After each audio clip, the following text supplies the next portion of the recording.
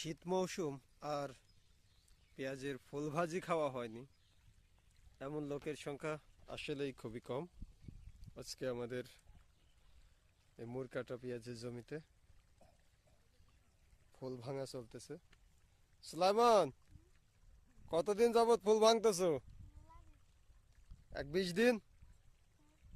সুলাইমান গত 20 দিন যাবত আমাদের এই জমিটা থেকে 15-20 দিন হলো পেঁয়াজের ফুল ভাঙতেছে।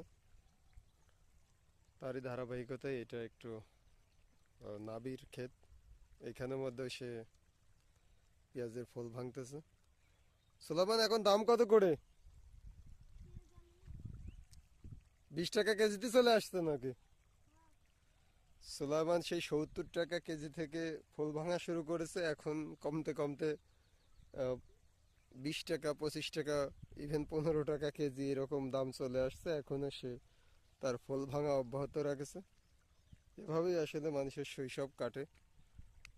যারা আহ, ফুল ভেঙেছেন, পেঁয়াজের ফুল ভেঙে বিক্রি করেছেন, তাদের অবশ্যই এই ধরনের অভিজ্ঞতা আছে।